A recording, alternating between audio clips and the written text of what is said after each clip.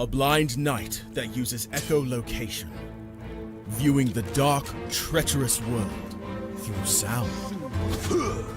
Trapped in a dungeon keep, endangered by combatants, where hazards lurk around every corner. Make sound to have vision, or don't and be stealthy. Avoid impaling threats throughout the dungeon to escape. Engage with other prisoners. Rogue Knight I've been hearing about. Could you find the key and unlock my cell? Free them to fight back with more allies. Let's take this guy. The dungeon labyrinth has many paths and even more traps. Struggle through the darkness to find your freedom.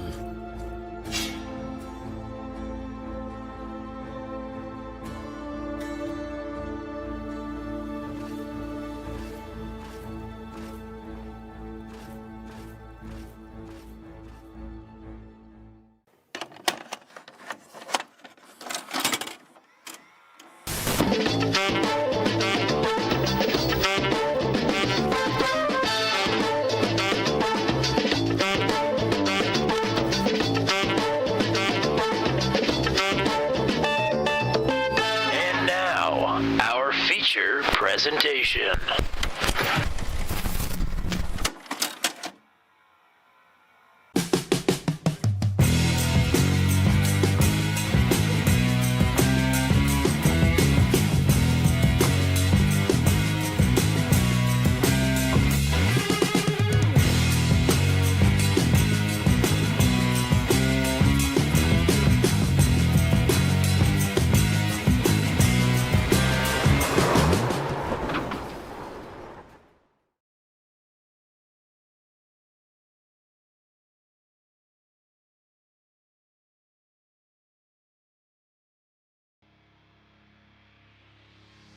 Welcome, one and all, high atop Lebanon, Tennessee. It's the Nashville Super Speedway, round number 6 of the season. Season number 10 of the Venom Truck Series, here for the 6th time at the Nashville Super Speedway. It's the mile and a third. It's the King's Court back in session. Sound the trumpets. It's a beautiful night in Tennessee. Welcome aboard, one and all. It's Tommy Cook here with you this evening. Unfortunately, I don't know what to tell you because I can't seem to find Matt Williamson anywhere. Oh wait, I see him on the timing chart. Matt Williamson, were you just on track just a minute ago? Yeah, I'm out here on track. I got a truck loaned to me by the old Team 199 boys, so here we are. Well, what the heck? I guess Matt Williams. Stomping grounds. We are definitely at the old stomping grounds. You know, this was your home track for many a year. You said the other night this was your home for almost a decade, and that is just—it's weird to think about that. But anyways, the beat rolls on here ahead of the Music City 125. Let's take a look at the point standings. Not a big swing of any kind, other than there's a new points leader, Andy Poliski, who's been on a roll. Your three remaining active series champions are now 1, 2, 3 on the top of the board. Poliski 74 points clear of the cut line. Three-way tie for 12th. It is incredibly tight right around this cut line. Austin Holyfield is above. Josh Freed, Cade Cannon, Jack Watts, Paul Ellison, Chad Stearns. That's something that we need to talk about here as well. After we went off air last week, Chad Stearns, it turned out, actually incurred too many pit road penalties as per the league rule book.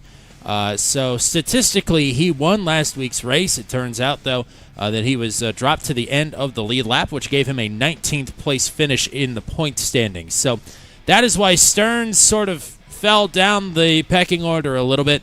But still, things incredibly tight, both at the bottom of the left side of the graphic and the entire right side of the graphic. And as tight as things are in the point standings, Matt, how tight are things out there on the track? Times look really close together in practice just a few minutes ago.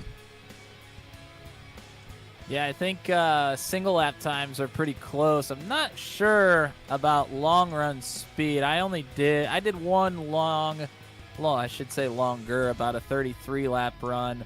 And if you out there have seen a race virtually or in person here at the Nashville Superspeedway, you'll know that the tires fall off pretty quickly here around the 1.33 mile concrete surface. So, I mean, really the long run speed is what you're looking for, but you're not wrong about the short run speed. Everybody pretty close together here.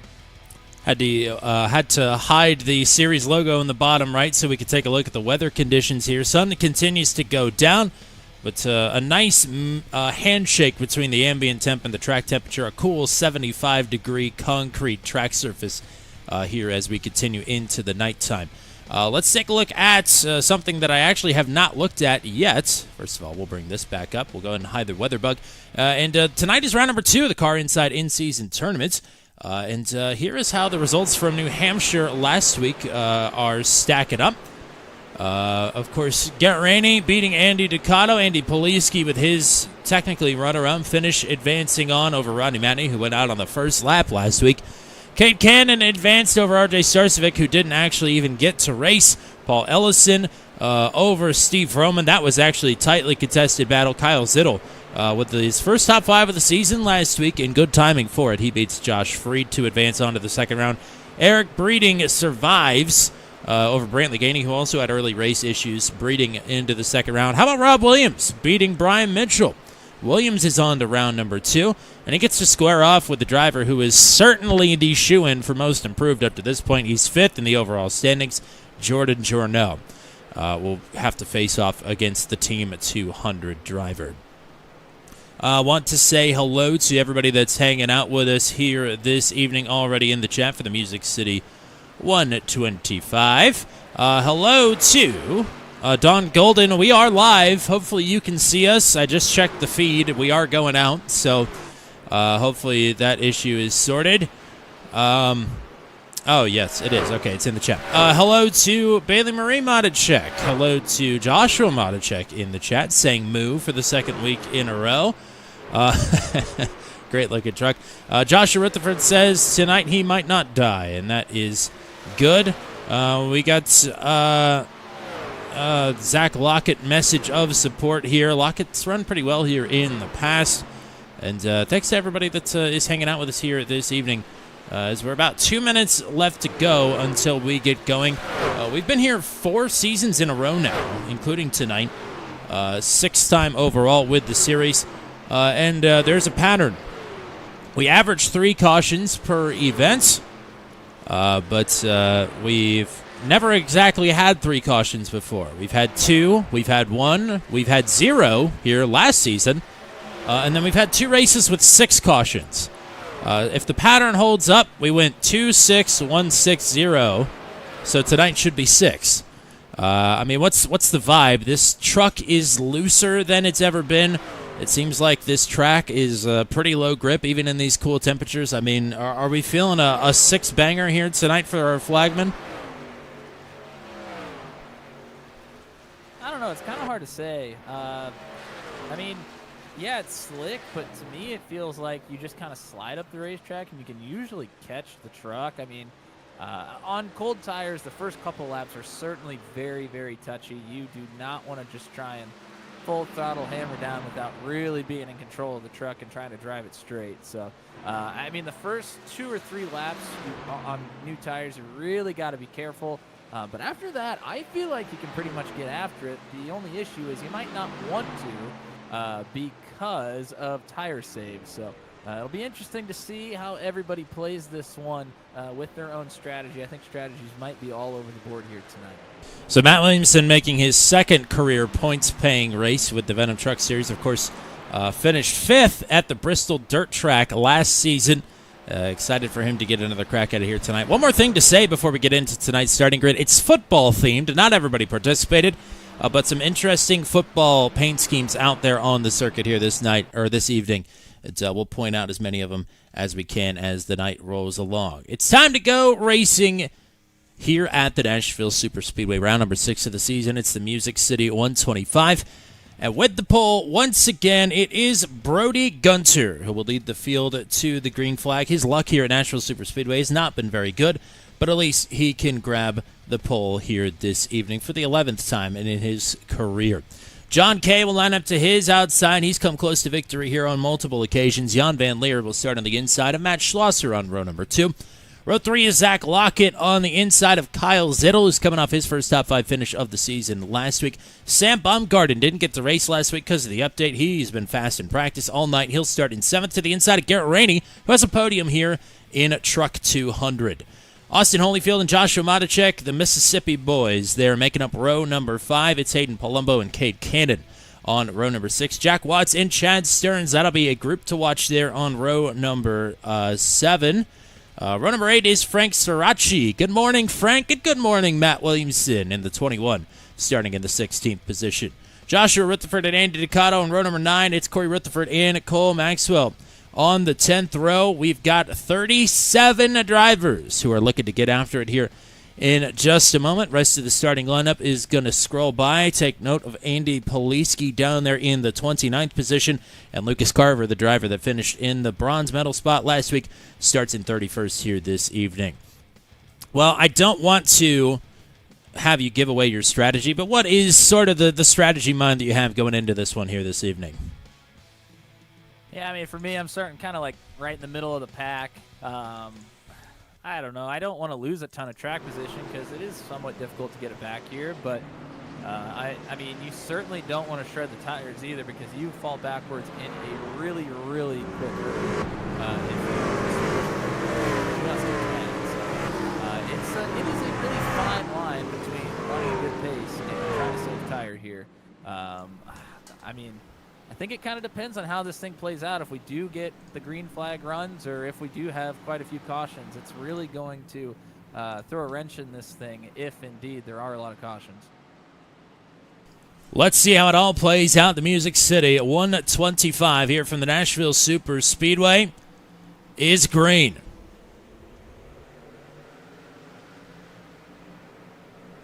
Front 2 get a good getaway. Everybody else will have ground to make up into turn number 1.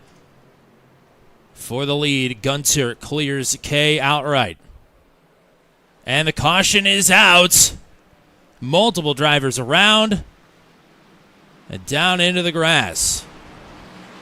Rob Williams involved. Josh Freed is involved. And just like that, our 125-lap long green flag run from last season is immediately over on the opening lap. Looks like Eric Breeding got a piece of that one as well. Let's take a look here as the field comes back around. It's clicking on the replay. It's going to take us all the way back here to turn number 1.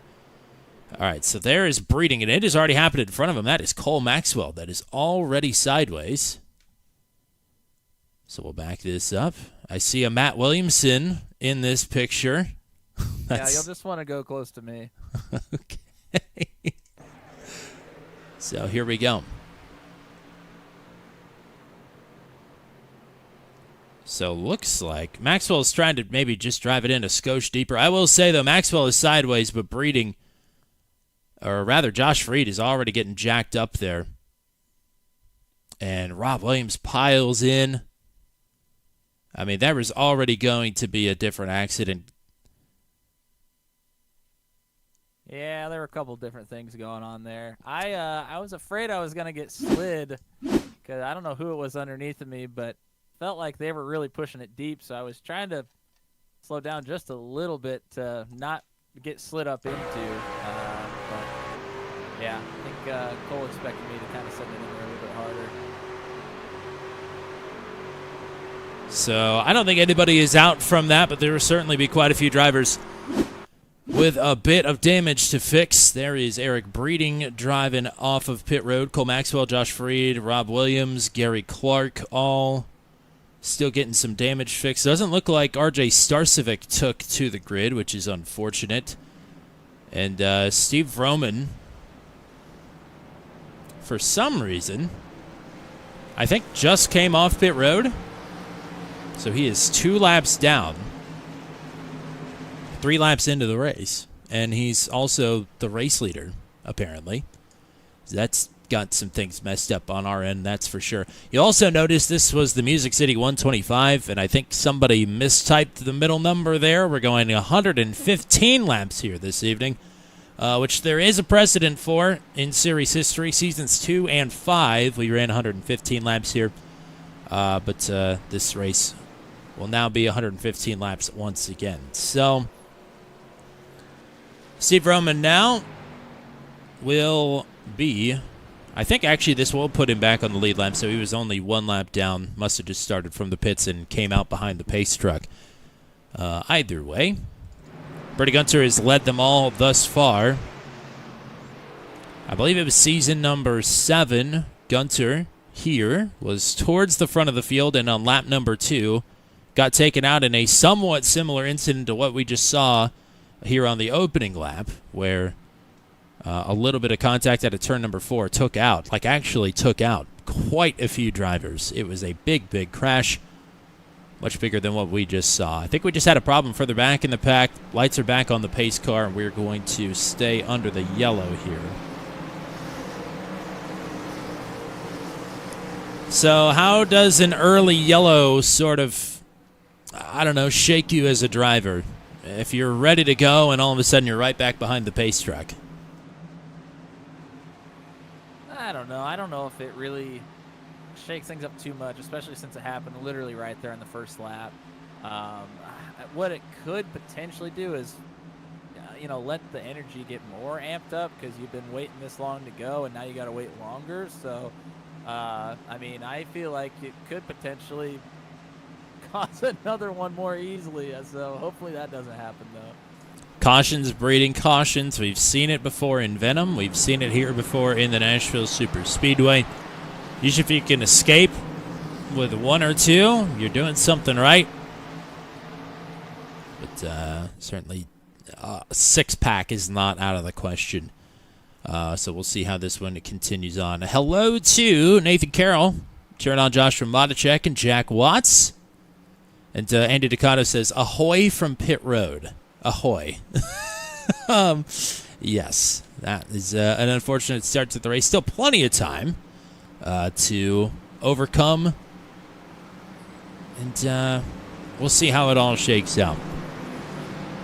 110 laps to go at the stripe. Brody Gunter leading. John Kay in second. Jan Van Leer, Matt Schlosser. Really, your top 7 are right where they started. Gunter, Kay, Van Leer, Schlosser, Lockett, Zittel, and Baumgarten. Holyfield up a spot on Garrett Rainey and Joshua Modicek, rounding out the top 10. Back to green, lap number 6 on the board.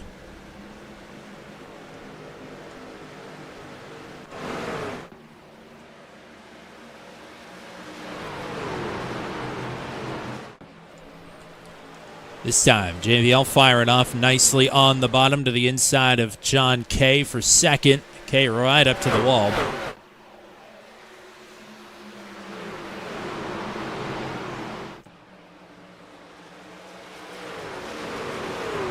Schlosser and Lockett, teammates side by side for spot number 5. And now Kyle Zittel to the inside of JVL, trying to take over third. Zittel loves the Nashville Super Speedway. This is not a surprise at all, especially since he was rolling after last week, finishing in the top 5 at New Hampshire. So Zittel will be locked in here this evening.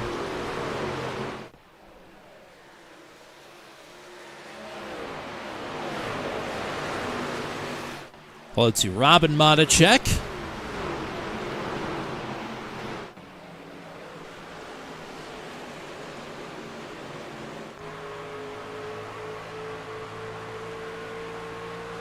Here's the Houston Oilers entry for Zach Lockett. Watching the hood cam here. Definitely don't want to be side by side for too very long here at the Nashville Super Speedway. Zittel recognizes that, will give up the fight on JVL and tuck back in line in the 4th spot. Zittel up 2 positions from where he took the green flag just 9 laps ago. Good work for him. Good work for Lucas Carver here as well. He is now up 15 positions from where he took the green. He is through on Corey Rutherford and Matt Williamson.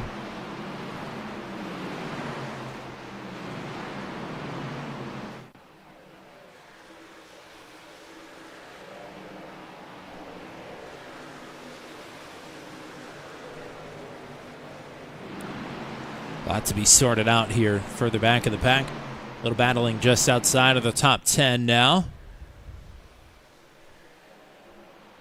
That is Garrett Rainey and I think Cade Cannon side by side.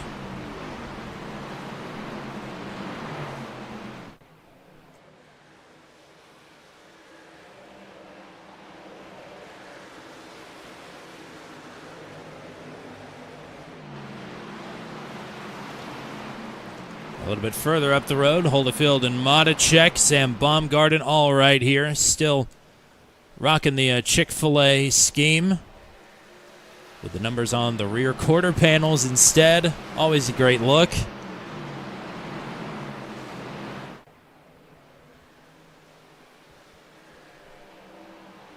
Having to fight off his teammate, Holyfield, who's got 3 top 5s in 5 races this season. He's having a great start to his 10th season, or rather season number 10 in the league.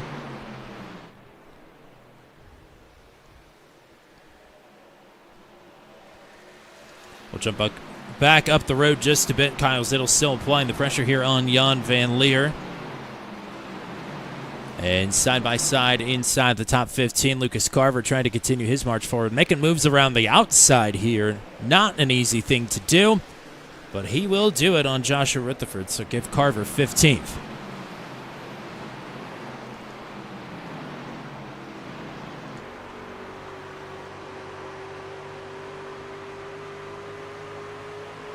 We said it was football themed here tonight, and we took the theming a little literally with the Team 199 machine. Yeah, we certainly did. They said it was football themed, so we brought a football. How about it? And you've only been punted through the uprights a couple of times here thus far.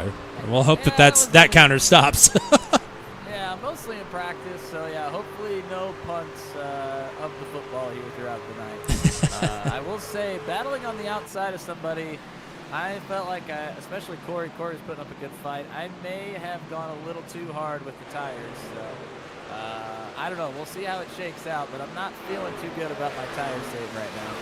Progressive Banking here. It is the largest permanent concrete facility, certainly oval facility. It is a tire eater. You know, fuel run somewhere around 60 to 65 laps. Ain't nobody looking at the fuel number here. It is a tire game through and through tonight.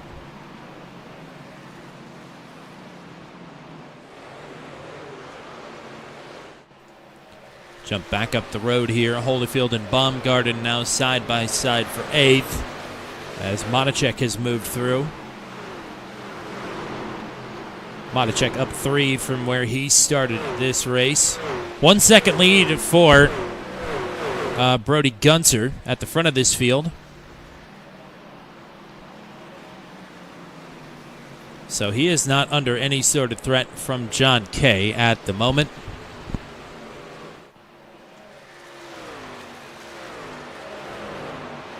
As I think Garrett Rainey just cracked the wall there on a turn number 4. Rainey and Zittel always run well here at the Nashville Super Speedway.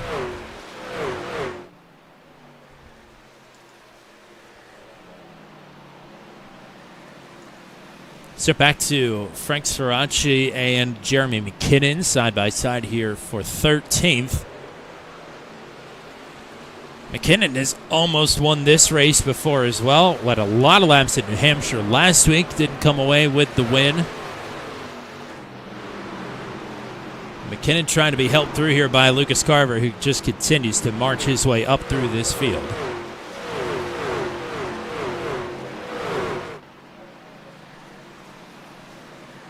We'll turn our attention now to Joshua Modicek on the hunt in front, or rather behind, Matt Schlosser.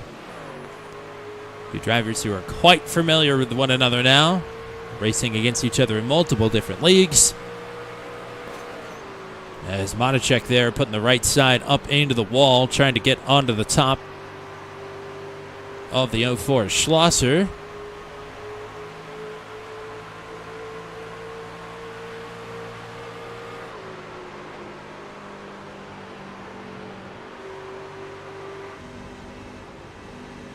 Listen to the throttle. Really having to work it here in the dirty air.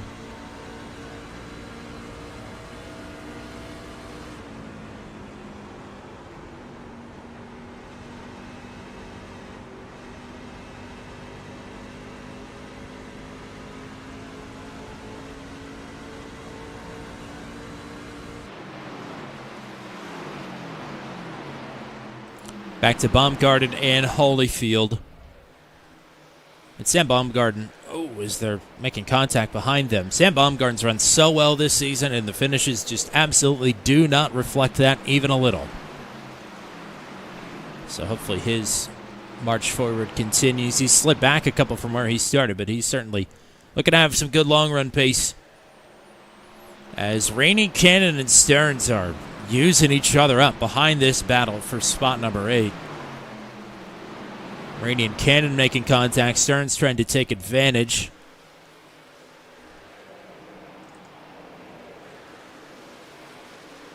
As Cannon in the old Tiger scheme.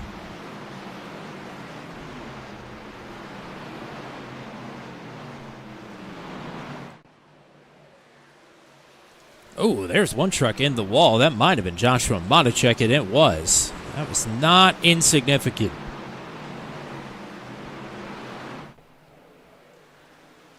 .8-second advantage. I don't think we've shown him.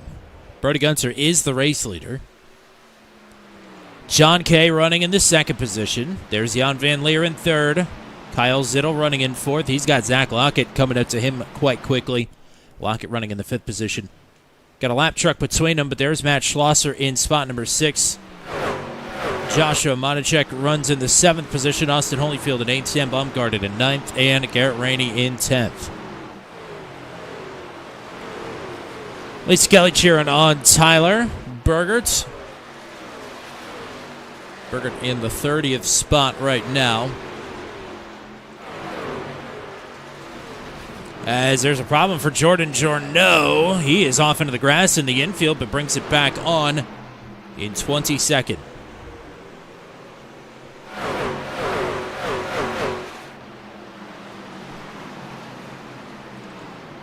Frank Srirachi under fire. Here is Andy Poliski to the inside. Poliski continuing to roll forward.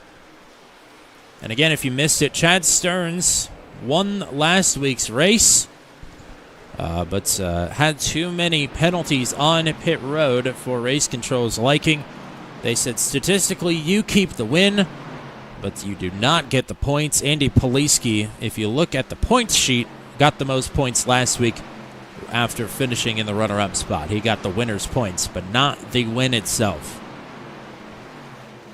So Poliski now the new points leader. Started way back in the 29th position and is now up to 16th. Zach Lockett completing a pass on Kyle Zittel. Move Lockett to 4th, Zittel back to 5th.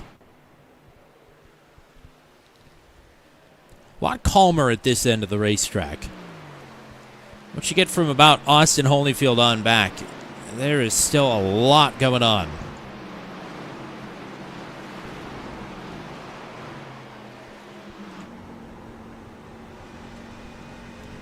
Our in-race reporter looks to have his hands full. What's the status report on the 21 machine? 21 tires are already toast. So I'm just trying to hang on here for another 10 laps or so. We're going to bring her down. But it is getting, you're starting to tell who was able to save and who wasn't. It's very difficult to make passes here, though. So, I mean, it's getting a little chippy back here. I mean, not in a bad way. It's just drivers trying to get through. We only have a groove and a half to work with at this racetrack, so all passes are going to have to be hard fought. And we'll let you get back to the battle in here. We'll move back up to the front. Austin Holyfield now through on Joshua Matichek. So we saw Matichek into the wall about maybe 10 laps ago, and he started to slip backwards here. Maybe a sign as well that Monacek has not saved the rubber that he's needed for this truck as Garrett Rainey into the wall on the outside of Chad Stearns. Oh, there was Monacek into the wall again. Hello to Rob Williams, and I'm not sure if we said hello to Robin Monacek or not. Hello. I mean, hello again, even if we did say it already. But hello to Rob Williams as well. Sorry that you have to be here this early.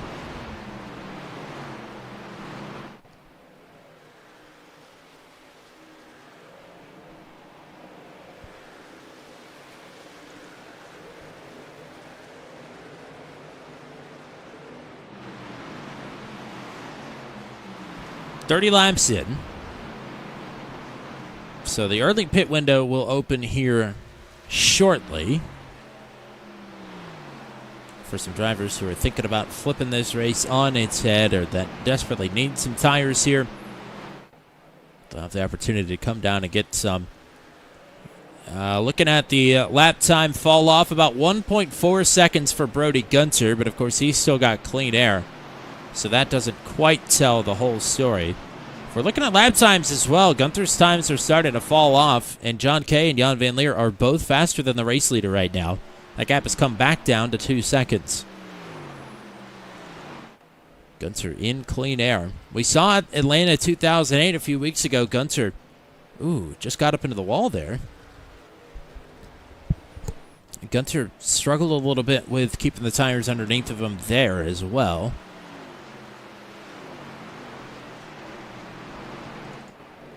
Seeing two names coming up on my board a lot here all of a sudden. Jordan Journeau and Larry Eddy, who is officially on track with the Venom Truck Series for the first time since Season 2.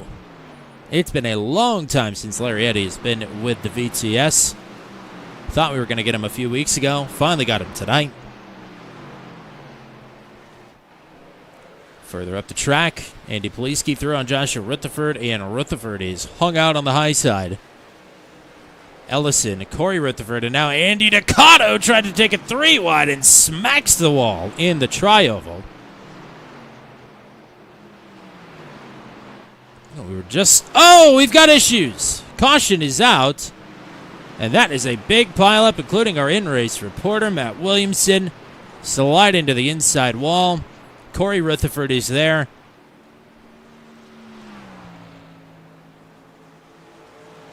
And caution number 2 on the night in a very interesting spot here on lap 34.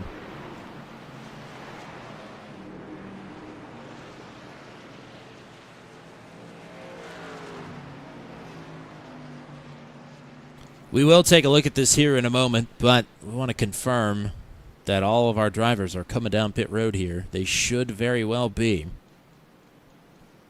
And also I have to find this accident. It didn't actually come up as a crash for some reason. I have to work backwards for from some off tracks here. Pace truck picks up the field in turn number 3, and we should see everybody hanging a left to come down and get 4 fresh tires. Getting 3 sets in the pits. I don't think taking a set here is going to disrupt too many things. And anybody that stays out is going to get eaten up rather quickly. And indeed, here comes everybody.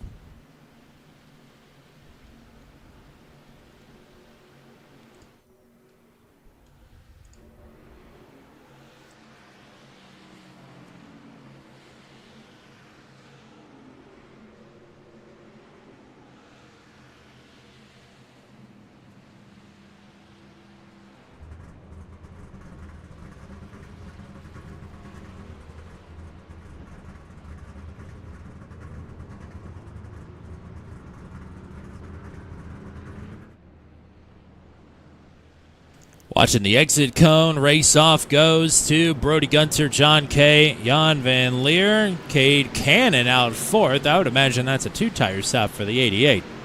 Zach Lockett then will come out in 5th. All right, let's take a look here. We'll go back to Corey Rutherford, and it is already on. Rutherford and Paul Ellison side by side. This is heading into turn at number 1.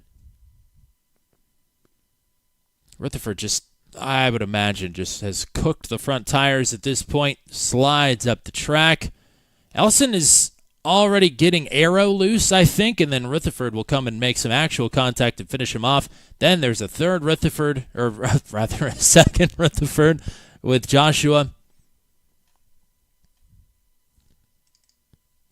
And then as Matt Williamson is slowing down, Michael Dean, I don't think quite can see it, and will pile in to Matt Williamson. No contact with the inside wall, though. Helps that you're already slowing down, but that had to be a little full britches moment. Yeah, it was. What happened there is, they started wrecking in front of me, but when you come off the corner off of 2 and you're a single file, I mean, you're aiming right there for the outside, right on the outside wall in the exit at 2. So I was already on the throttle, kind of headed for that part of the racetrack, and they started wrecking. So I had to kind of get on the binders a little bit to pull the truck down, and I don't think Dino kind of knew that I was going to be slowing down that much. So he apologized over the radio. I mean, it's just one of those things that happens. So I got a little bit of damage to the back. I had about 20 seconds of optional, but I didn't want to give up a whole lot of track position here. So we're going to stick with it, see how it rolls. So Brady Gunter, John Kay coming to restart here on lap 37. Gunter's led them all thus far. Jan Van Leer and Cade Cannon now on row number 2, mixing it up on the strategy to get himself up to the front of this field. We're back to it. Got to be careful on cold tires here. Certainly. 3 wide at points here, just inside and outside of the top 10. Oh, and they're stacking up again. Caution is out. Drivers going every which way out of turn number 2.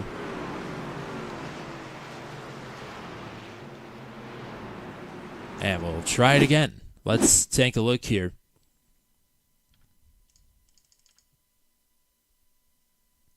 And it looks like it's the three-peat for Matt Williamson, unfortunately. Oh, buddy. Well, let's take a look at it here. I mean, you just mentioned it, though. Cold tires, you're not the only one with these issues. These trucks they're a-steppin'. They are a-steppin'.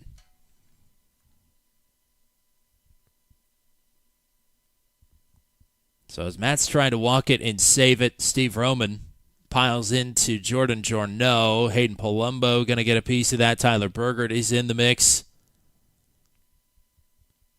Oh, Roman just misses Paul Sargent there, so Sargent will scoot by.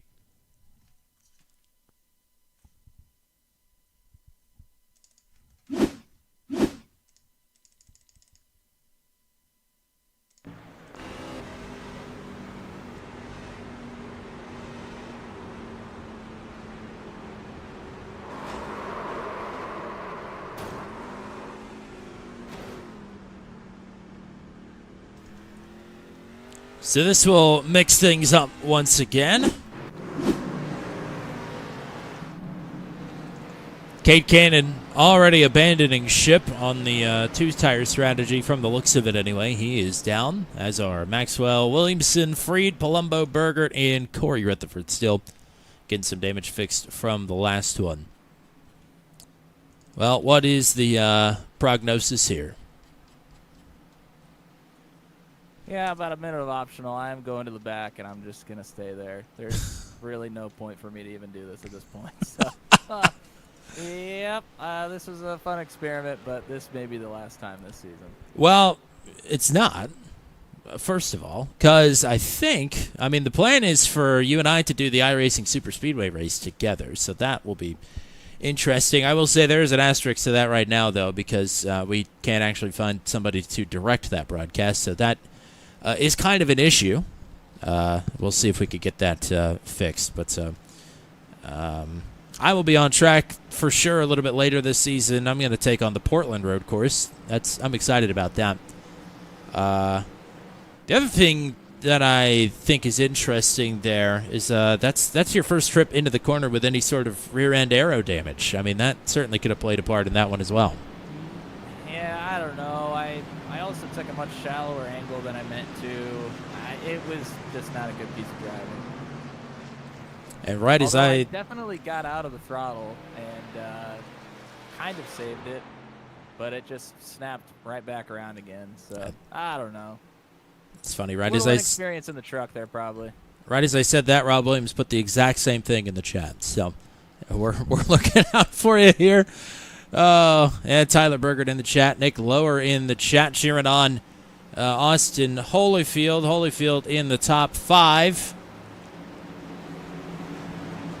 As we're coming to a restart for the 3rd time this evening on lap 41. I think we're right on pace for our 6 caution number that seems to have been written in the tea leaves.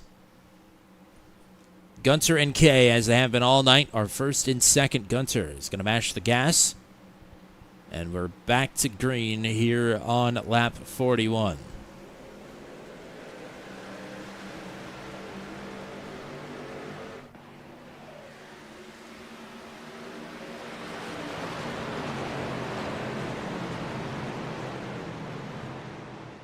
Zittel and Holyfield going at it here for 5th. Lockett pulls back in line, and there's trouble. Gary Clark has gone around. Yeah, Steve lost it coming out of 2 there. And that's another driver who's been in a couple incidents already. Certainly may have very well had some air damage to that machine. As we come to check the replay here, he is already in trouble.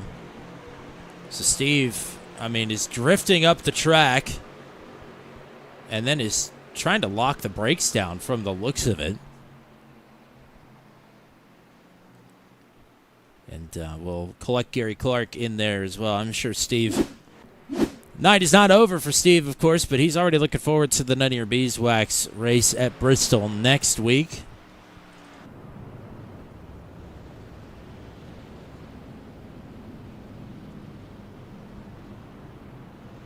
As field has come to a stop, waiting for the pace truck that will so graciously phase shift through the entire field, as it can. So nice to have object impermanence whenever you want. And I'll tell you, go ahead. Tell you what, all the cautions we've had, this is I don't know, it's become an interesting race from a strategy standpoint. Definitely has. One pit stop for these drivers. The early window was about to open when we got our second caution of the night. After a decently long green flag run of about 30 laps or so. But 3 quick cautions on both sides of our long green flag run.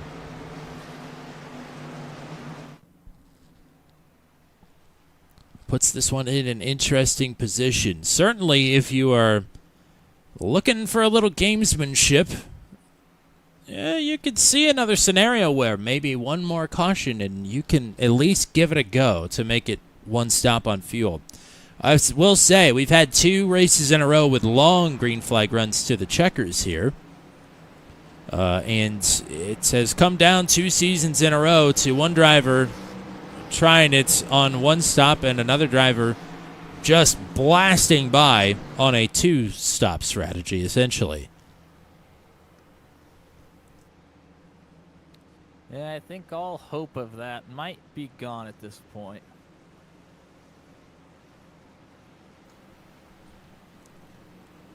Certainly, if you're looking at the laps ticking away and you're a little bit further back in this pack, like some of the drivers we expect to run well here, like Jeremy McKinnon back in 15th. Jordan Jorneau led a lot of laps here a couple of seasons ago. He's back in 21st right now. He's had some issues. Even Andy Ducato has been fast. He's been off and on pit road throughout most of these cautions, getting damage fixed as well. He's back there in the 15th position. It's a lot of work here coming up to the halfway mark of this race to try and find your way through traffic.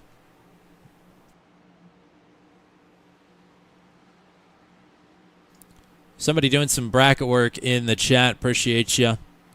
Saying that Zach Lockett is locked in.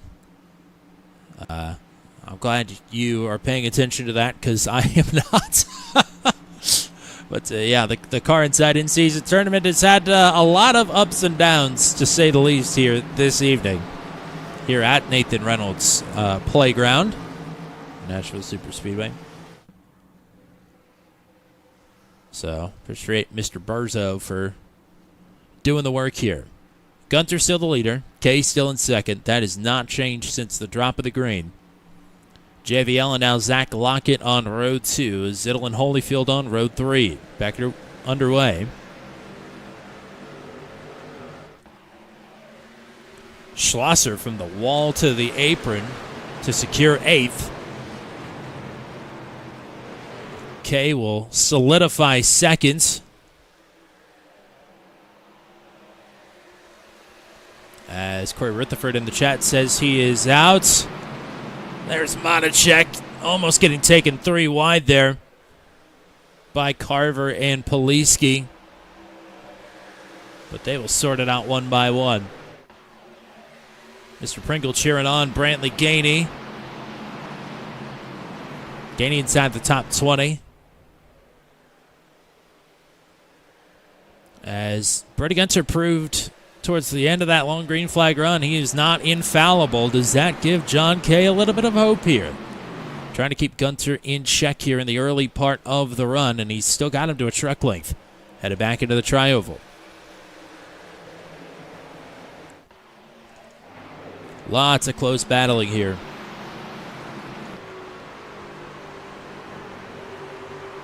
It's Carver to the inside of Poliski. This is for spot number 11. So the two drivers that finished on the podium with Chad Stearns last week.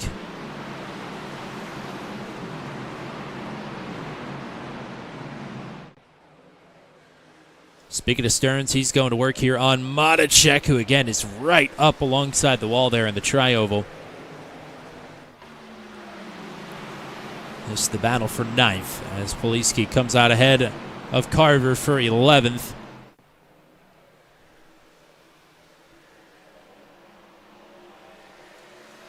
Single file most of the way through the field.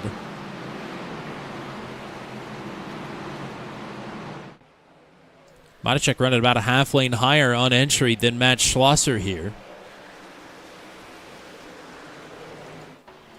Pretty much everybody else is tucked in line.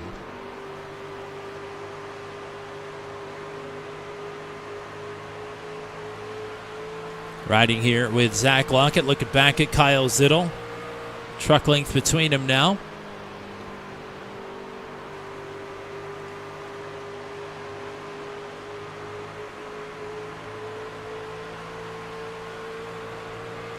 Zittel a little blip into the wall.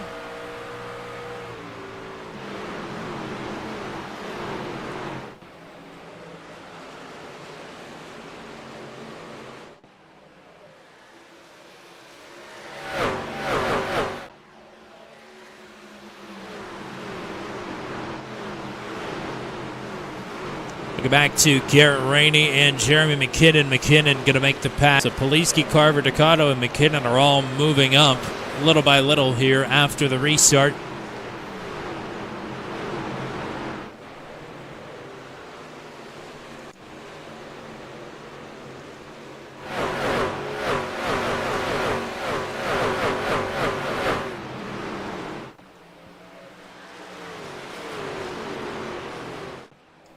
Now John Kay fading away, half a second back from Gunter and backing up to JVL.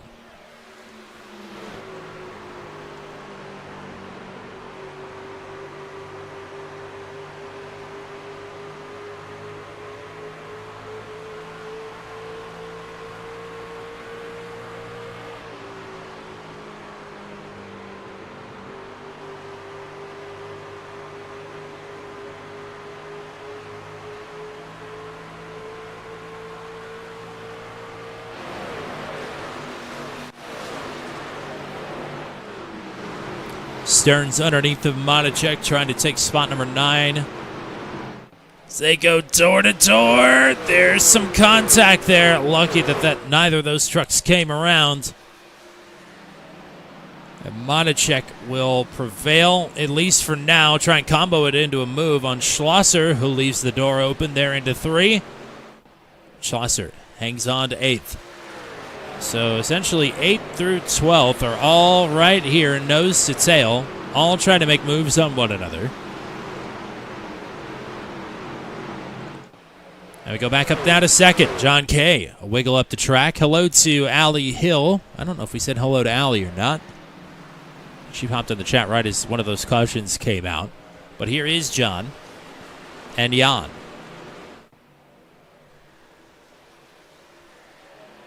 And now Lockett. Going to start to look around here on JVL, trying to get up to 3rd.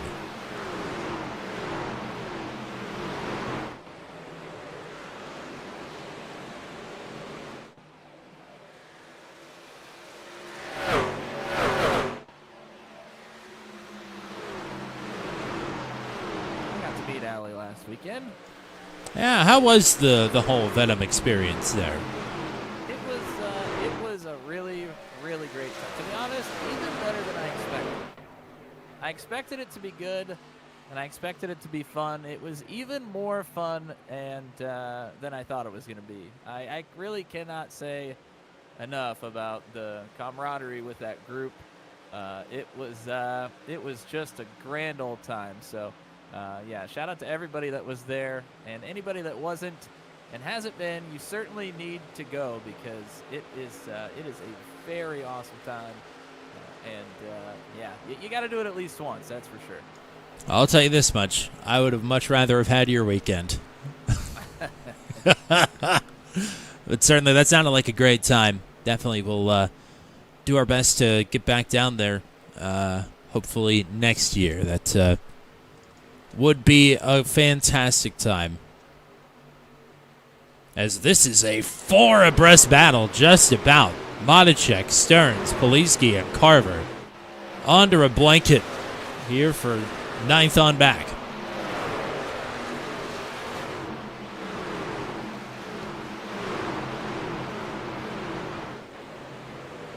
Stearns still underneath the Monacek here.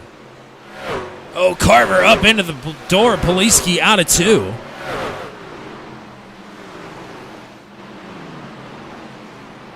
But Poliski is undeterred. He's right back to the inside of Stearns. Now they will single file out, and Carver is now under fire from Andy Ducato. Ducato on the top side making moves. Oh, caution is out. Jordan Jarno with an issue. He's around out of turn number 4. And that is caution at number 5. Yeah, I don't know what happened with Jordan on the backstretch, but he was slow. And he was trying to get to pit road, but I don't think everybody was aware. And that was Steve Vroman. If Jordan was trying to call out a pit road entry there, then that makes sense. But I will say, him and Vroman have gotten into it a couple of times in the last couple of races. So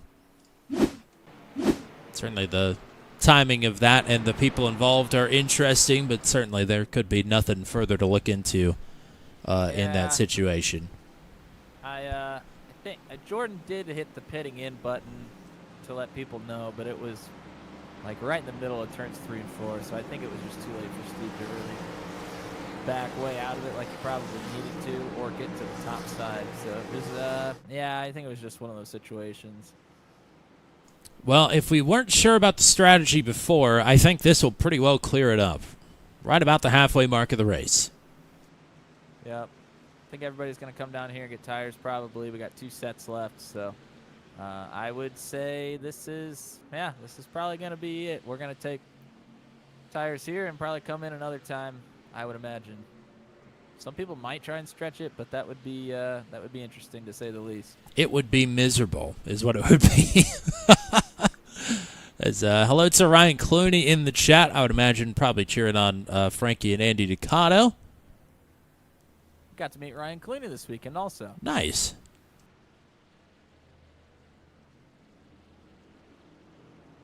See if anybody decides to mix it up here. Nope. Race off goes to Gunter. He has still led them all thus far. John Kay, Zach Lockett, Kyle Zittel. Jan Van Leer is back a couple of positions, so Lockett and Zittel will leap over the 5, who is back to 5th.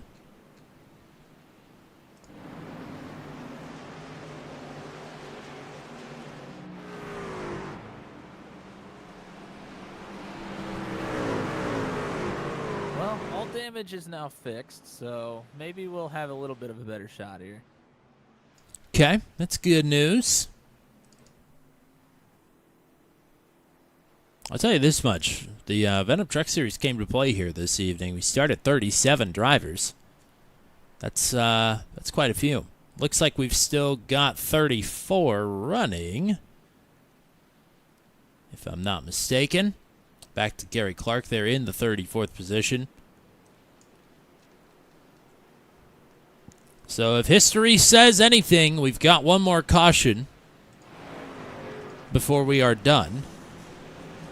If history this season tells us anything, it's that expect more cautions than what the averages show.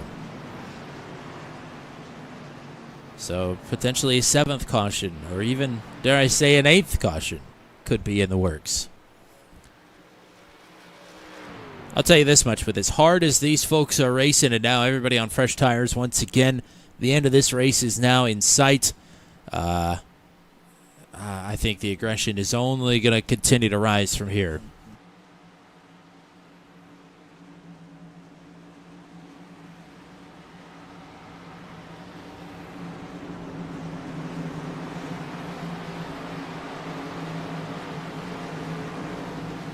Ryan wants to know if you're drinking some Southern Craft. I think eating some Southern Craft is more like it. Oh, okay. Well, you could have fooled me. It's a barbecue joint, but it was. God, that sounds so good right now. Yeah, it was classic Tennessee Southern barbecue. It was very, very good. I miss. That is one of the great things I miss about living in the South in Tennessee is the great food, not just the barbecue, but hot fried chicken and all that good stuff. So. Man, Sam Baumgarten just got real crossed up trying to make a dive to the inside of Zittles. Oh, we got one around in the back.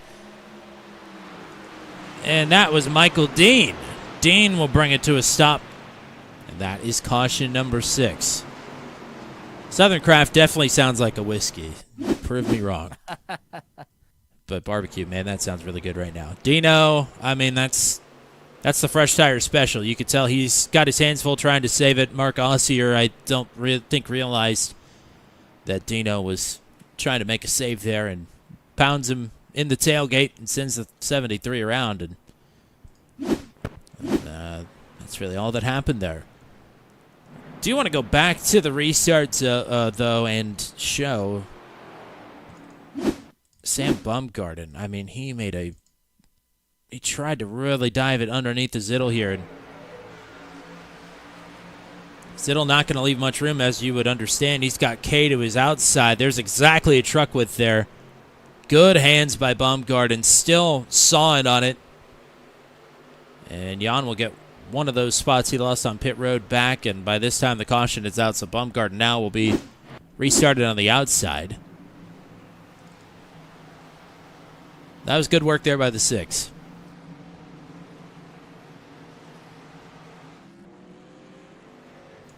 Now, I will say, if anybody wants to send me some barbecue,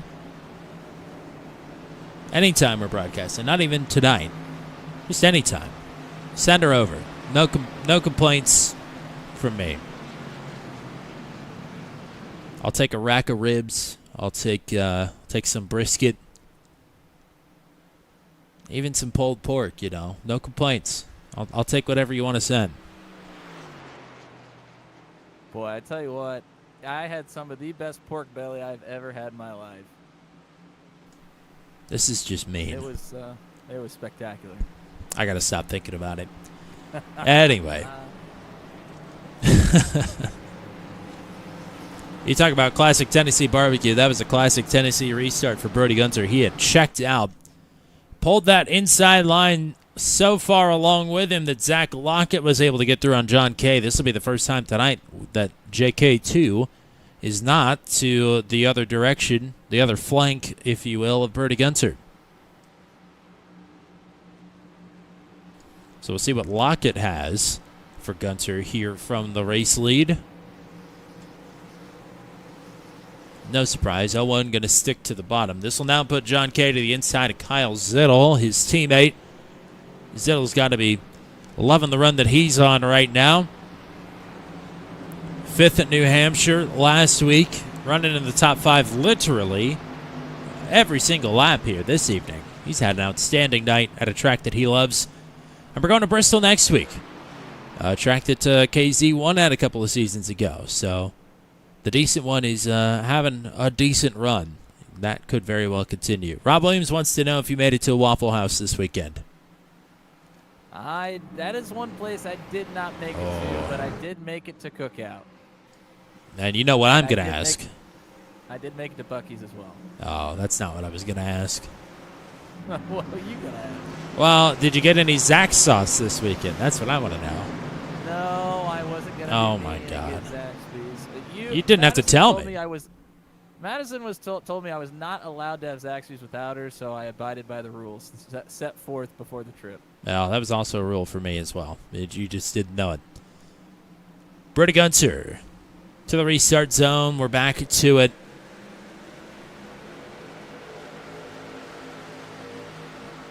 There'll be even Stevens here for second.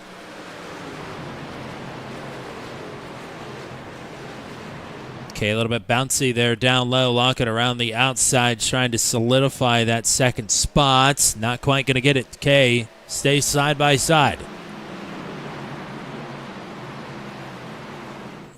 Jan Van Leer, Kyle Zittel side by side behind them. Baumgart, Schlosser, and Monacek all grouped up, as they've already let Gunter get away by 4/10. Kay and Lockett trying to get it settled. Kay trying to force the issue, runs the 93 up the track. Lockett keeps it out of the wall, but just barely. And he's still going to stay side by side with John Kay. Jan and Kyle nearly make some contact behind them as they go side by side now. Kay slides up in front of Zach Lockett to take second. Lockett coming back with a run. Living up to the Super Speedway moniker right now. We are 2 by 2 towards the front of this field, but Birdie Gunter pulling a Bill Elliott, and check it out.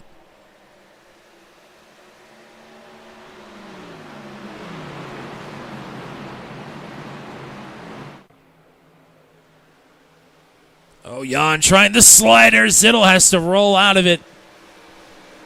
Not to right hook him into the wall. So move Jan back to fourth. Lockett now trying to do the reversal here to John Kay and slide up in front of him from the inside and take second.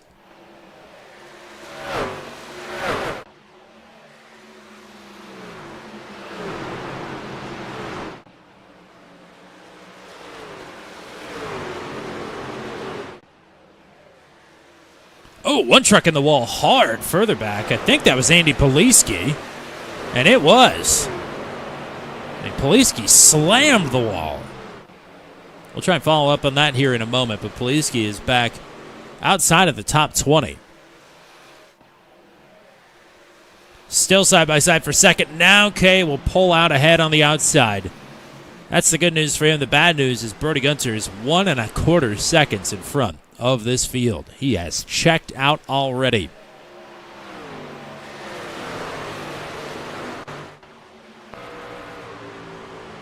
Here's Sam Baumgarten in the top 5 just now, through on Kyle Zittel and going to work on JVL here for fourth.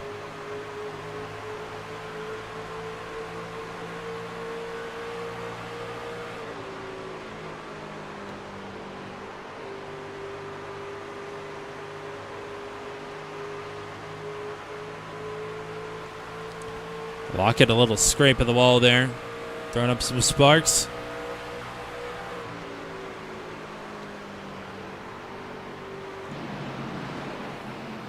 It's weird to think about shortening Shane Van Gisbergen's name to SVG, how many syllables you cut out of that? And then thinking that Jan Van Leer is literally just 3 syllables, and I still call him JVL half the time. Not really saving much work. But I digress. Austin Holyfield, to next point in the chat, has slipped back in the running order just a bit. He's back to 12th as Andy Ducato and Lucas Carver have both gotten through. So Holyfield back to 12th. Carver up to 11th. Ducato into the top 10. Chad Stearns now to the inside of Matacek and will make the pass stick. So Stearns to 7th. Teammates Paul Ellison, Garrett Rainey side by side. Kate Cannon thinking about making it 3 wide. Thinks better of it.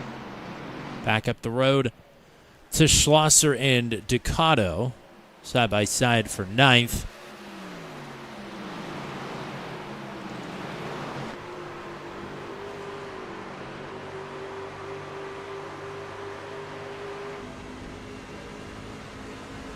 On board with Carver.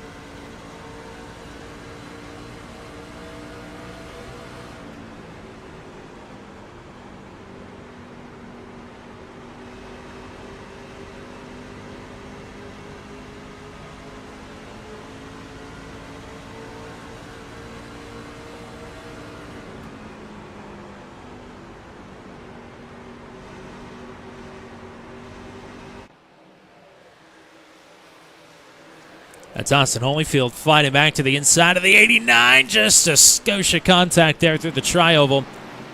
And now, here is Ducato with a pass on Matacek. He loses the nose of that truck, and Joshua's going to cross him back here. And Matacek takes the spot. Handy work there. Second, third, fourth, and fifth equidistantly spread out from one another. They were both just a quarter of a second apart. Or they were all just a quarter of a second apart, rather. Now Lockett is slipping back towards Jan Van Leer.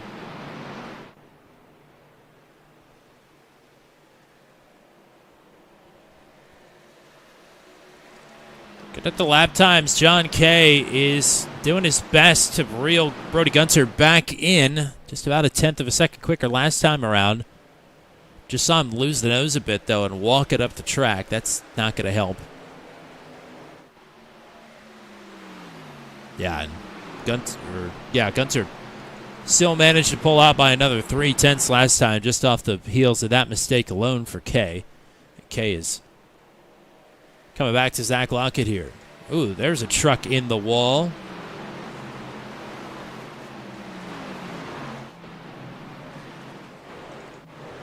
Not 100% sure who that was. It might have been Austin Holyfield, but Holyfield is still on the move, back up now into the top 10.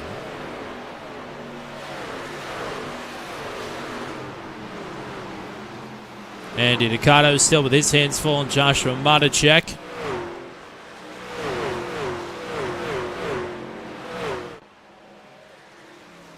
Yeah, Matacek is struggling with the turn on this truck, and now his teammates going to the inside. And that is a quick pass for Holyfield back to 9th. But just as quickly as he fell out of the top 10, he continues to make passes left, right, and center. Holyfield is not done yet. Meanwhile, back up to the battle for second.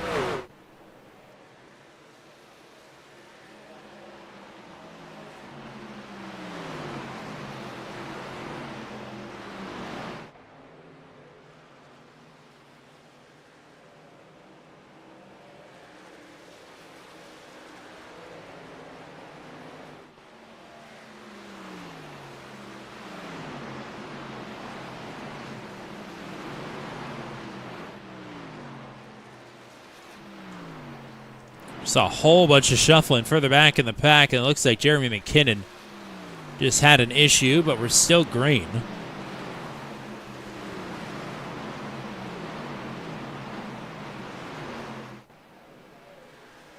We mentioned Andy Poliski hitting the wall a little bit ago, and he continues to struggle with that truck. Steve Roman is going to take him to the outside, or at least he was, before he finds himself in the wall.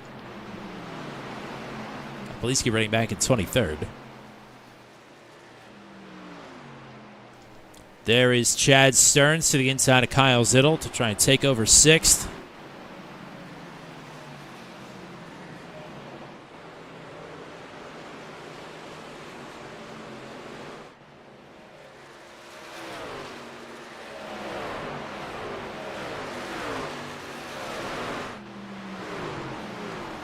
Zach Lockett, I mean, literally nose to tail with John Kay here for second, but is yet to break out of the line and make that move.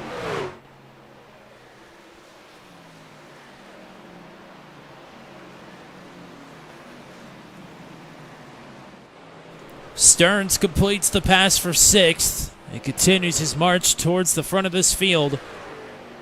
Lockett now started to look around.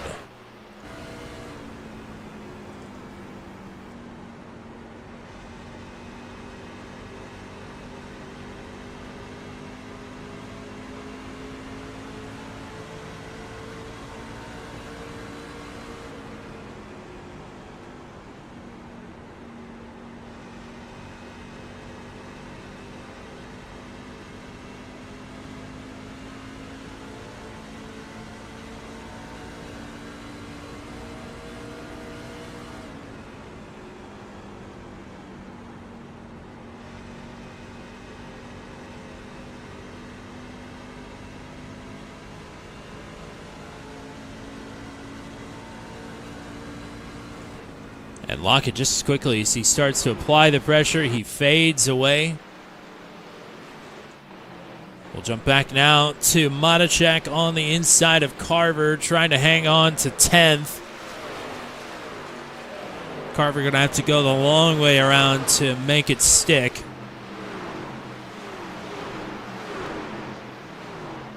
Carver hoping to follow up his first top 10 of the season last week with his second top 10 of the season. Carver finished 3rd last week at New Hampshire after a brutal start. Oh, and there goes Carver. What a save. Unbelievable hands there. He will lose a couple spots potentially here now with Paul Ellison to the inside. Wow, that had day ender written all over it, and it was just about a broadcast jinx. Matacek, I think, probably further up the track there than Carver was expecting on turn-in. They make contact. I mean, what a save. That will certainly not sit well with Carver. Meanwhile, let's go back up towards the front of the field inside the top 5. They are 3 wide with a lap truck trying to stay high. But this is Stearns and Baumgarten now fighting for 5th.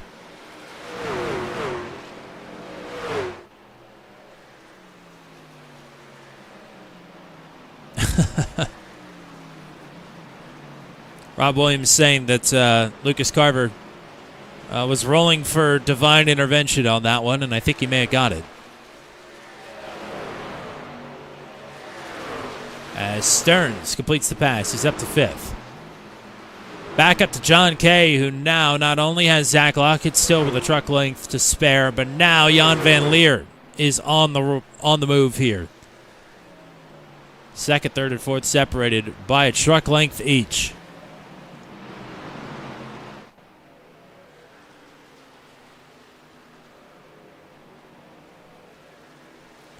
Switching to laps to go, 25 more circuits. Questions about pit stop's entire life abound. I can tell you, and I'm sure you could tell us as well, entire life probably not feeling very good right now. Yeah, I don't know how much others have been able to save. Mine just started feeling pretty bad in the last 5 laps. I don't know. I guess everybody's going to try and make it here. I'm not quite sure. I was kind of hoping others were going to dive down pit road and I was going to be one of the only ones to stay out. But I'm not sure that's going to be the case. May very well not be. As we're watching Zittel and Holyfield scrap away here for 8th. Holyfield looking to complete this pass. Can't quite pull the trigger on the slider. They continue to run side by side.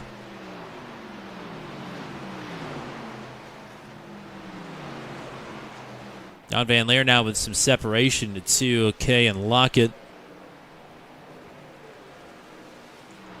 As Lockett again going to try and deliver some pressure here. They're 2.3 seconds behind Brody Gunter, who has led every single lap thus far. Gunter still looking for his first win on the season.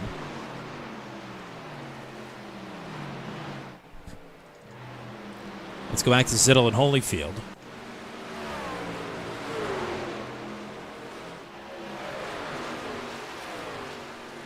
Everybody in the 31.5s and 31.6s for the most part. Chad Stearns just clocked a 31.3.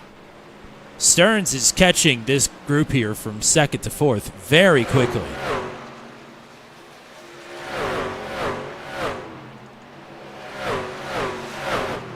Back to Zittel and Holyfield here for the moment.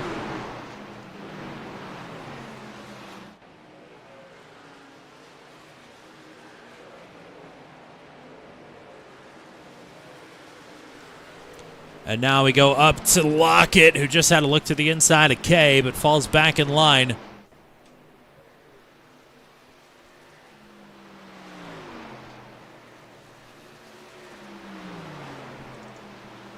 Problem for Hayden Palumbo, he has just jumped to the pits, but we're still under green flag conditions here. Holyfield trying so hard to complete this pass on Zittel and Will. Holyfield to 8th, Zittel back to 9th, now with Joshua Maticek right in behind.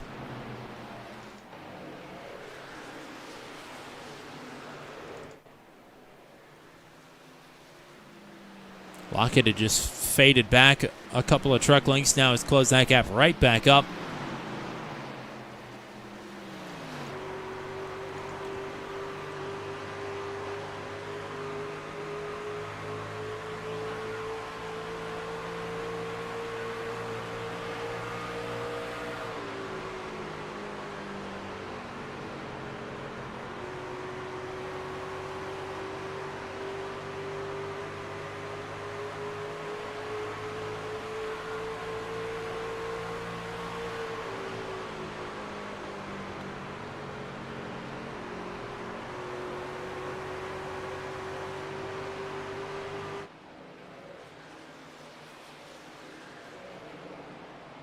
Maticek and Zittel side by side for 9th. Zittel again trying to play defense here from the top side, and Maticek should be able to complete this pass here. As, man, Austin Holyfield and Chad Stearns are the two fastest drivers on track right now, and Holyfield is working over Andy Ducato now for 7th.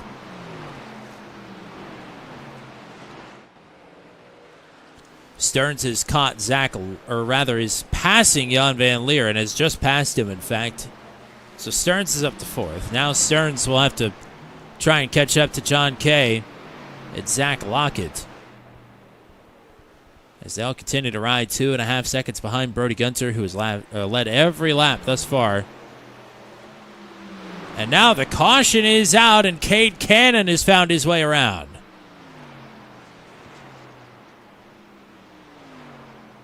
That is a series track record 7th caution here at the Nashville Super Speedway. And let's take a look at it here. Cannon been running pretty far back here this evening.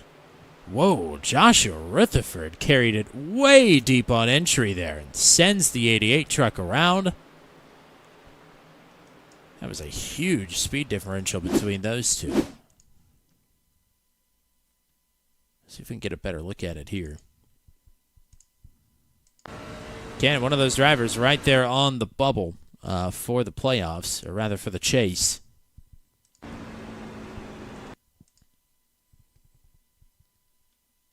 guess this would probably be better at full speed here. Let's take a better look at it. I mean, you can hear him motoring down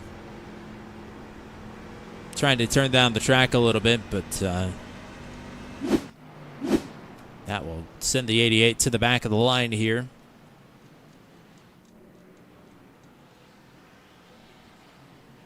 As everybody's coming down pit road, I see a couple of drivers maybe have some kind of an issue under caution, or maybe we were just waiting for the pace truck.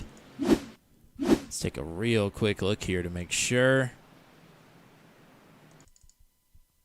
Quite a few of us slow. Oh, and in fact, Paul Ellison did turn Lucas Carver.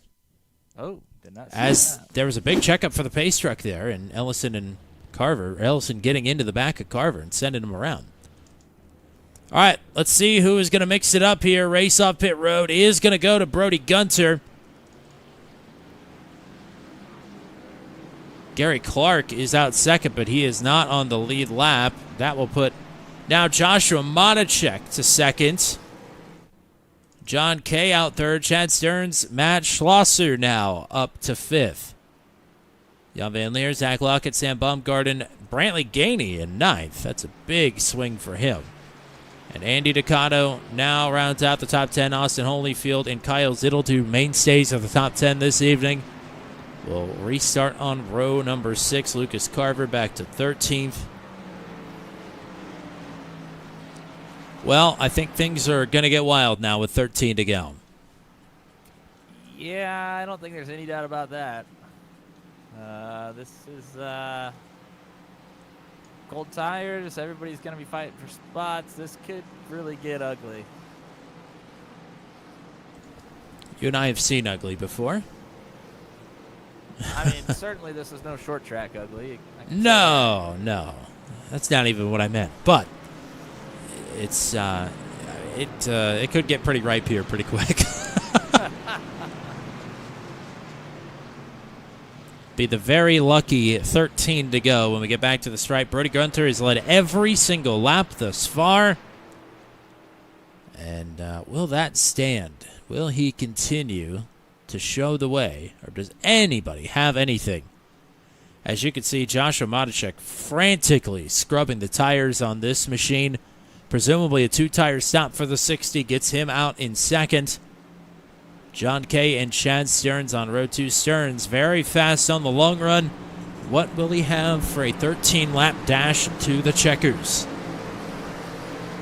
Matt Schlosser, Jan Van Leer on row number 3. Lockett and Baumgarten on row 4. Gainey and Ducato the top 10.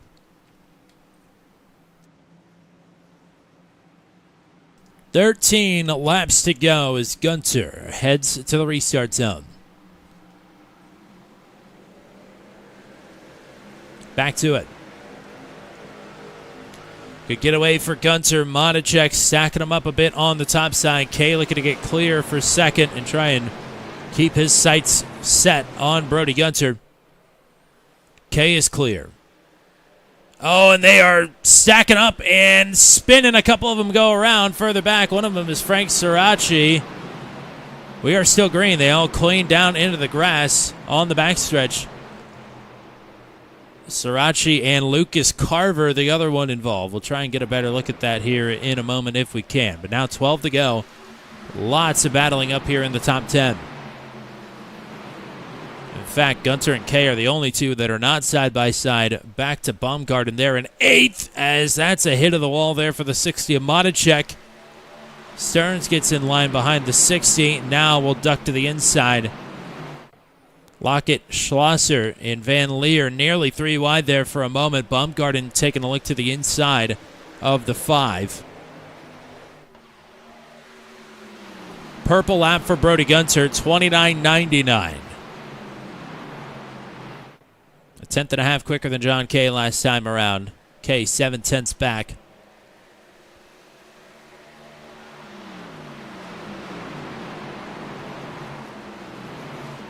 Stearns trying to get clear on Monacek for third.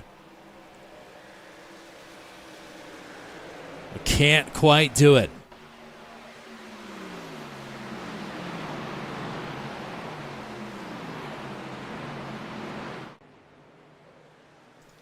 Baumgarten and Schlosser now side by side for 7th.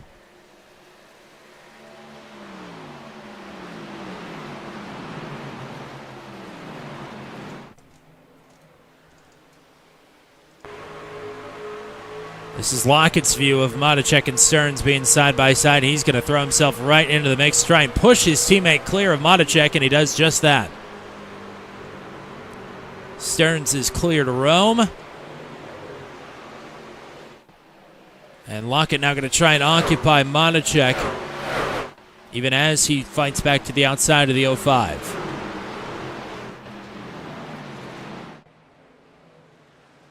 Oh, we got contact and one around at Sam Baumgarten. He pounds the wall. Back down into the track. I'm sure he has no control of that car. Down the track into Cole Maxwell. Maxwell now slow in the front, which rear still green. And that is another good day gone horrendously wrong for Sam Baumgarten right at the last second. Still green with coming to 7 laps to go. Stearns finally able to slide up in front of Matacek. Now Matacek boxed in with Lockett underneath. He's trying to push Stearns clear.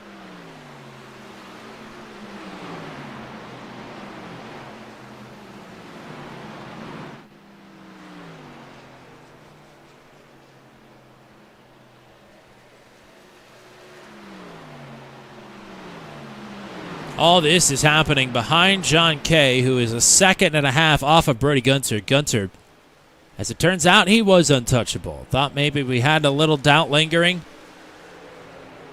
during our first green flag run of the night, but no, we cleaned that one up pretty quick. He has yet to be touched. As Lockett and Matacek, certainly a little contact between them. They go door to door.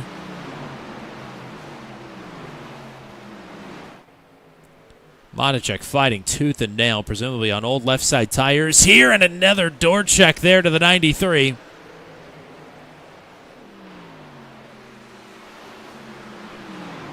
Five laps to go. Lockett entering a half lane higher, trying to push the 60 up into the gray, as it looked like John Kay may have hit the wall there at a turn number 2.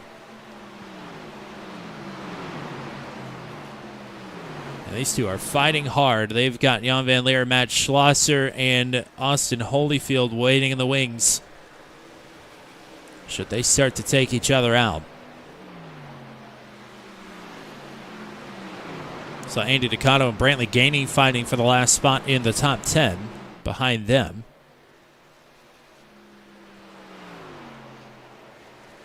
But Ducato has the position. Gainey's back to 11th. As Lockett still side by side with Matacek.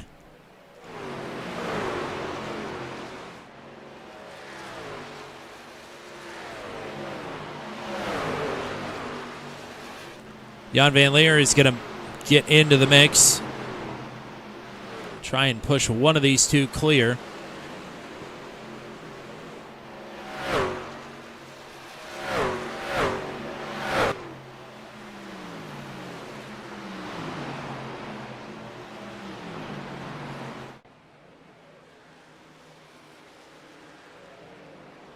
Lockett has 4th.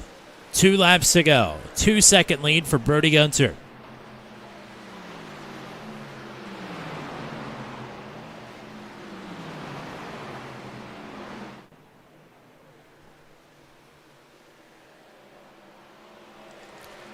The driver who has gotten the least on-air time this evening. He's led 114 laps, coming to the white to make it official. Final lap.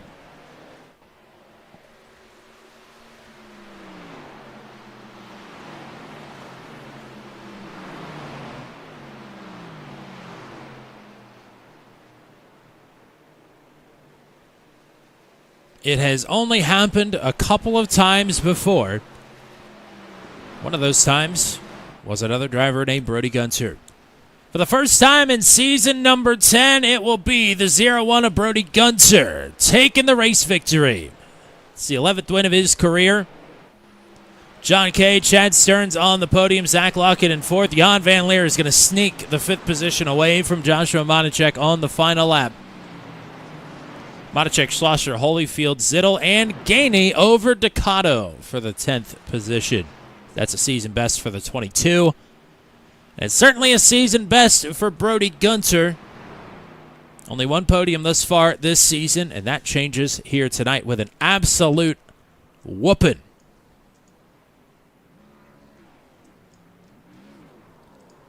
Not just a whooping, an absolute whooping.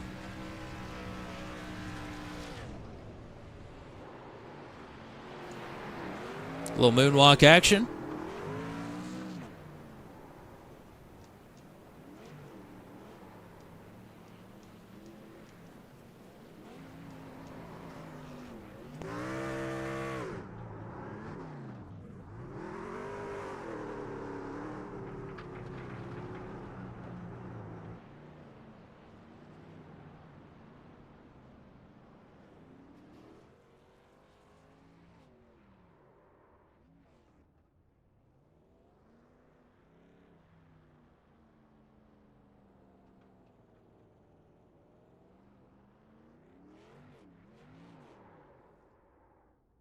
I think this is on the experimental side of burnouts, but if you've won as many times on the channel as Brody Gunter has, then I'm sure the old status quo gets bored. He ends up in his own pit stall, which I think is a pretty rare look.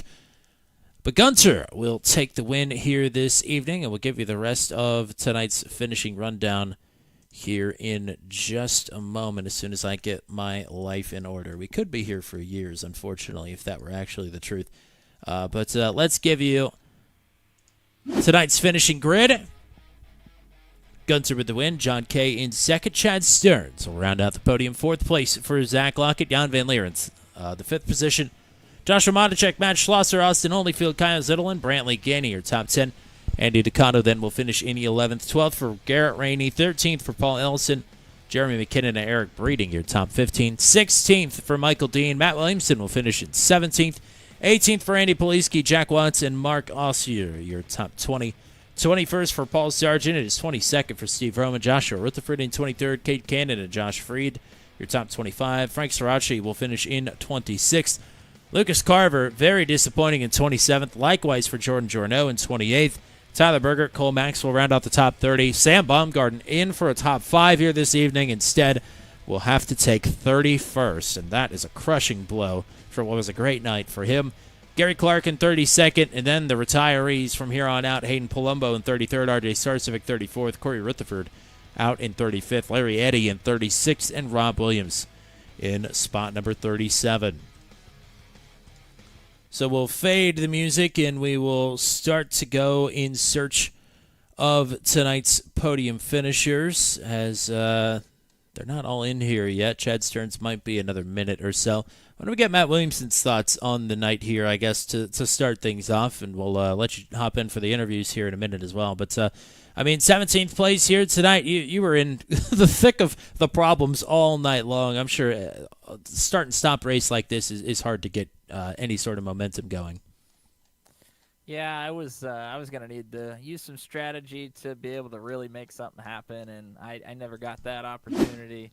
A couple of mistakes on my one mistake on my part that really hopefully didn't cost anybody anything, but I'm sure there were at least a couple that got damaged from it. It was tough, man. I mean, even further back in the pack, just trying to make any pass. I mean, it's just a very difficult racetrack to pass. It takes you a long time to try and set them up, and then when you do try and get them to go, if you're side by side with somebody, you're just absolutely chewing the tires. So you almost don't even want to try and make a pass unless it's like a clear cut. This is gonna happen, So I don't know, man. It's tough. It's a tough racetrack, and the competition, even for 20th, is very fierce. So it was quite the night. Well, Chad Stearns, I think, is debriefing right now. We just lost John Kay up. Now we've got him back. So let's go to. We'll just pull John Kay straight in, and if Chad Stearns comes in, we'll pull him in out of order. But John Kay, your runner-up finisher here this evening. Welcome back to the booth, and congrats on the runner-up. Thanks. I mean, I don't really know what to say about Brody Gunter because I don't think he's going to pass post-race tech. So, I mean, the race was on from second on back, I mean, you had your hands full there, especially in that last long run with Zach Lockett. I mean, it didn't ever feel like you got any separation from him there. A lot more separation on this last dash to the checkers, though. Yeah. I had no freaking idea what I was doing, so I just kind of go into the corner, hit the brake, and then I'd hit the gas, and then I stayed in second, and then Lockett passed me like on a restart or something, and I don't remember how I got back around him, but yeah, shout out Josh Matichek for racing side by side with Chad for the last however many laps. I could just kind of chill then, but yeah, just did the thing. I guess went fast, sort of fast, turned left a bunch. Yeah, fair enough. It sounds like you've got all the fundamentals down with going fast and turning and using the brakes sometimes as well. Matt, what you got? Don't have much else. Congrats on a good race. I'm curious what you thought about kind of the way the strategy ended up playing out. I know ended up being 10 laps shorter of a race than it was supposed to be, which kind of sort of threw a wrench in things to begin with. And then, the way the cautions were coming out, I mean, everybody was kind of stuck to the same strategy. There was really nothing to be done in my point of view, but did it change what you were planning on doing throughout the race at all? Nope. I didn't even know it was supposed to be 125 laps, and then everybody starts going, hey, this is 10 laps too short, and I went, hey, I can one-stop this, and that was the plan. So, I'm not good at math, but I had enough fuel to do it, and then a caution came out literally right at the stage break, and when stage points would be handed out, and I pit, and then I burnt my stuff up, so I pit again because I'm not stupid tonight, anyways. And yeah, that's pretty much it. Math. I don't know. Math is the worst part of racing, and I'm firmly on the record with that. Even as the strategy guy, math sucks. Math can bite a big one. Both of them. You're right. Matt can bite a big one. There you go. Yeah. You can say that now that you got home. Yeah, I can talk all sorts of smack now. He doesn't have to drive me anywhere for a while. So, but the downside is he does know where you live now. Oh, so that's fine. He's a little guy. I'll beat him up. Okay. Buddy. All right. Well, let's move this along. Let's get some shout outs in before we let you go. Hey Matt, what's the timer at? Since I know you start it for every interview. Oh, it's this one's this is short. This might Yeah. be a record short. Well, what the hell am I supposed to talk about? I qualified second and I finished second. I literally just told somebody that. That's I fine. said- They don't all have to be record breakers. I mean, yeah, that's fair. I don't know. It was a race. Shout out my fiance, Allie. We still don't have a wedding date, but that's not her fault. Shout out my mom and dad. Shout out the whole team. Garrett, Paul, Kyle, Luke. I don't think I'm forgetting anybody. No, we're good. Shout out my boss, Sean, for the desk. He told me I was due for a win. I tried my best.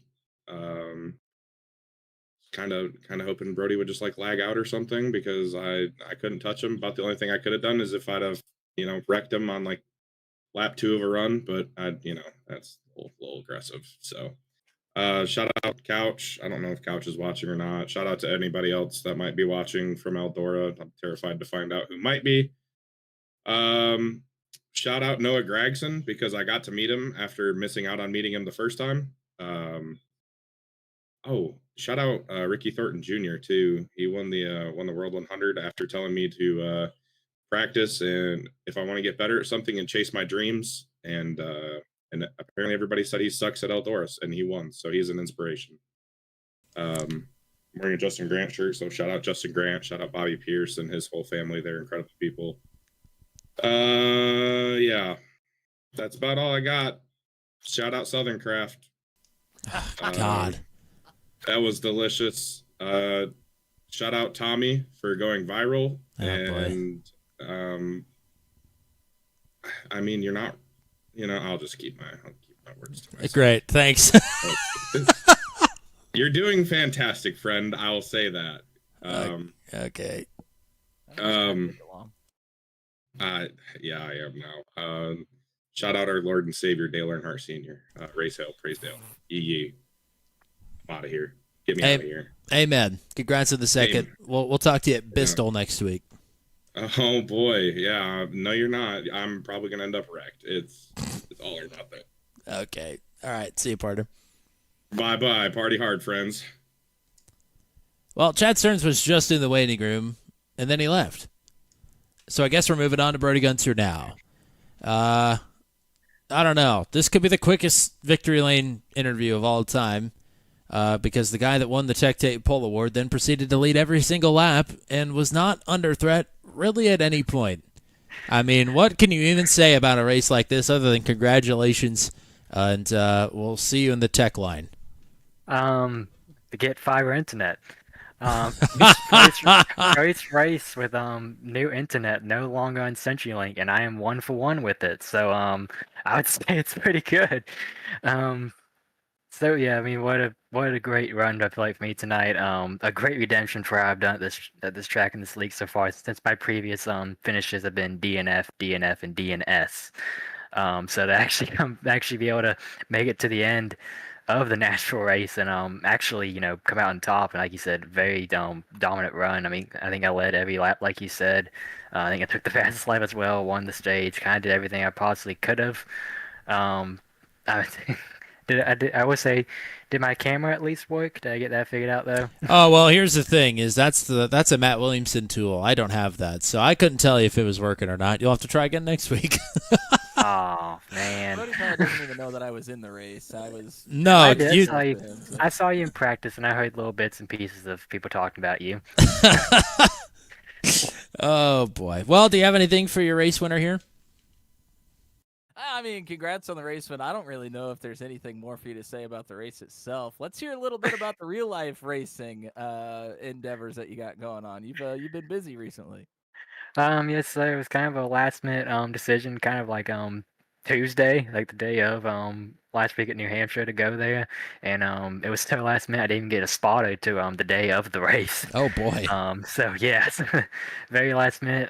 South Boston probably my favorite racetrack so far. I don't know, Motor Mile and Legend Car is also really fun. It's hard to compare a late model one track and Legend Car to another, but definitely my favorite racetrack I've done the late model so far.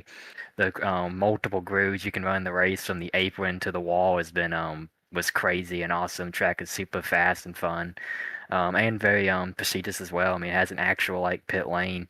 Just wish we probably could have shown what we could have done, because I drove from 16th to 7th in the first 50 laps, and then we were battling potentially tow issues on the car all day. So I think that hindered us the last 50. But overall, really fun. Nice. Not much to talk about the race, but I feel like there really was. I mean, I feel like the truck was a lot of fun here. I've always really liked Nashville Super Speedway, especially in the truck. That's why I've always hated not being able to finish the race, because it's actually one of my favorite tracks, because it's a super speedway that you actually have to really drive a lot with the brakes and the getting back on throttle and the cheese grater it does to the tires. You have to really manage. So I really like this track. Felt like I did. I mean, I felt like I did really well. For not having much experience on what the long runs are like in this league, since I haven't been able to experience them. But overall, I really liked the track and the whole night as a whole. Yeah, definitely a perfect night at a track that it is hard to even be good at, let alone perfect. So congrats on the first win of the season. Let's get some shout-outs in one more time before we let you go. Yes, so I want to shout out to CGI Graphics, Monkbeast Productions, Sam's Twitch channel, Sobe, streaming tonight. Everyone at Venom for both all the racers for putting on a good show, I have to imagine, and the admins for running the event. You guys, Tony 200, for broadcasting this, and because my theme with doing the NASCAR driver paints Pure Race Against, which has now gone crazy up from the Cars toy. Shout out to Daniel Dye. This was his paint.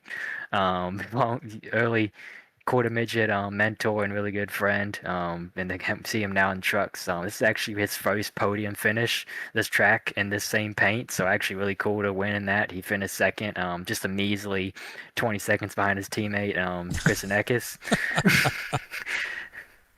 So happy to get him his first truck win. Nice. Nicely done. Yeah, not much more you could say about this. An absolute whooping here tonight. Go celebrate, and we'll hope to talk to you again next week at Bristol. All right, thank you guys. You probably won't. It's better at racing next week. You probably won't. I'll be honest with you. Oh, Lord. Okay. That's a really, really bad track for me. I think most of the league people can agree. Well, that's the thing. Everybody's going to say, oh, we're not talking to me next week. We got to talk to somebody, so it might as well be you. Sure, we'll see. Oh, boy. Well, like we said, Bristol next week. Glad to hear that we're off the sketch internet. He didn't say if he got foothills or not, but good to get some steady internet under this kid. It's about damn time. But interesting night here at Nashville Superspeedway for everything other than the lead. That was the most uninteresting race for the win that there's ever been. But second on back all night long, a lot of good stuff going on. Yeah, definitely. I mean, from second literally to like 25th place, everybody was really scrapping for positions. So it's, it's just one of those racetracks. It's a fun racetrack, but it can also be really frustrating at the same time.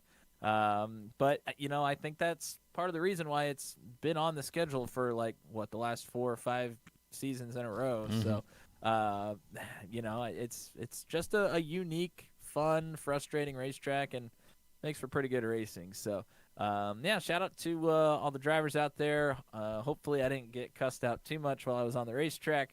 But if I did, feel free to let me know. Got to put over the Venom boys. I seriously cannot say enough how much fun we had at Bristol. If anybody out there has considered it, but it has been hesitant, I have not met any of these guys until I went to Bristol, and it was such a great time. Everybody was incredibly kind, really fun to hang out with. So if you have considered going but haven't, please consider it more heavily next time. Because it's a great time. So, and a special shout out to Eric Breeding. He kind of gets the house for everybody, and is kind of the ringleader or the dad for the weekend, whatever you want to call him. So, the Wrangler. Shout out to the Wrangler. Yeah, for sure. So a special shout out to Officer Breeding there. He was really fun to hang out with. Him and I stayed up until just about 3:00 every night, just shooting the bull with a couple other guys. So it was a good time. And funny you say that. He just hopped in the chat a minute ago to congratulate Brody Gunter on the victory here this evening. So thank you to everybody that was hanging out with us here tonight. Thank you to Don Golden. Thank you to Bailey Marie Modicek, Joshua Modicek. Thank you to Joshua Rutherford. Thank you to Andy DeCano for stopping by, as well as Nathan Carroll, Robin Modicek, Lisa Kelly, Tyler Bergert, Rob Williams, Allie Hill, Nick Lower, Nat Burzo. God, I wish I could remember who that is. It certainly should remember. I know it's a buddy of Zach Lockett. So shout out to Mr. Pringle for cheering on Brantley Gainey here this evening. Thanks to Ryan Clooney for stopping by as well. And Eric Breeding says thank you. You guys were great, and he had a blast as well. So. Hope to join the Venom excursion like I was supposed to next year. But in the meantime, you can catch us back on stream Thursday night. Remember, the Daredevil series is off tomorrow. Thursday night, Max V CNC Home Designs Truck Series will be live from Kentucky. Glad I remembered that. They'll be live from Kentucky at 9:15 p.m. Eastern Time. Oh, Jordan Jorno just hopped in the chat. Yeah, that certainly was that was certainly an eventful evening. We'll just put it that way. We'll be on to Bristol next week. Thanks for stopping by. And thank you to the Venom admin team as always. And thank you to my in-race reporter this evening, Mr. Matt Williamson. That's all we got for you here tonight. Till we meet again from the Nashville Super Speedway, I'm Tommy Cook saying so long and congratulations to the winner of the Music City 115.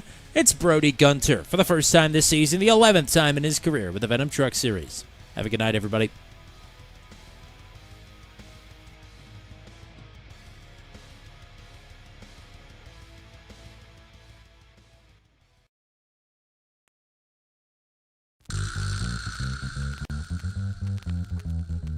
This has been a live broadcast on Turn 200. Be sure to hit subscribe and hit the bell to get notified of when we go live next. Thank you very much for joining us, and we'll see you again soon.